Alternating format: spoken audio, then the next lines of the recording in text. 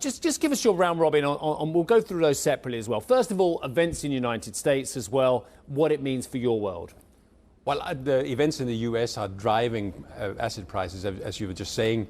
And if you're looking at the European markets today, certainly still a strong echo of that Trump win. It has ramifications for all of the Eurozone. So there is a connection, isn't there, between the US and Germany. The elections in the US is going to put additional pressure on an already stressed German economy. And we are going to see, I think, a new government, hopefully at some point, that will respond to those pressures from the US and from China. If ever there was a time where we needed Germany to be strong, to have coherent policy in Berlin, to have a growth strategy working with European partners, now is the time. Now's not the time for us to have indecision and concerns about who is going to be the next government. We need to get this done as quickly as possible. Is Scholz getting the message now? My understanding is that he is.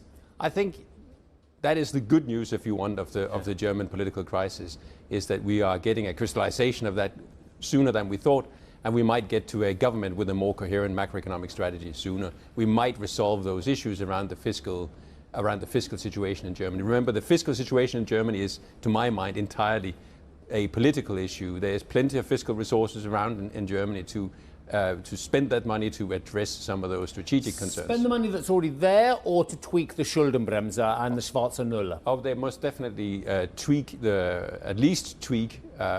Schwarze Null in order to be able to direct resources to their priorities. But the key point here is that it's not a fiscal crisis of the, if you want, French kind, where there's a real tightness.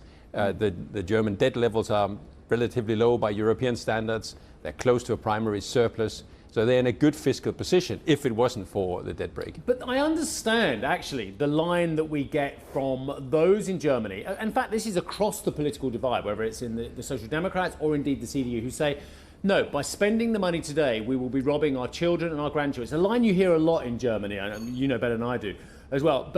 And I get that. There were rules that were put in place at Maastricht when the adoption of the euro, where everybody was going to stick to a deficit level and everybody was going to stick to a debt to GDP. Now we're asking the Germans to do something that everyone's pretty much done, and that is break the rules, or at least change the rules, because we're getting more comfortable with more debt now? Well, they're well within the rules of the European rules, so they could break their own rules and still stay well within the European rules. And I think the argument that you are saving in order to save for future generations is one with the twist here, which is if you're not investing for future generation, if you are not investing in your infrastructure, if you're not investing in technology, if you're not investing in education, and I think critically here, if you're not investing in making your industry ready for this brave new world of Trump, this brave new world of Chinese industrial strategies, then you're missing out on it. There I was on sunny Lake Como, and a gentleman came up for me to be interviewed. His name's Your Cookies, and at the time he was more of an advisor, but now he's the man. And he said to me, we are spending a lot of money. We have got capital investment.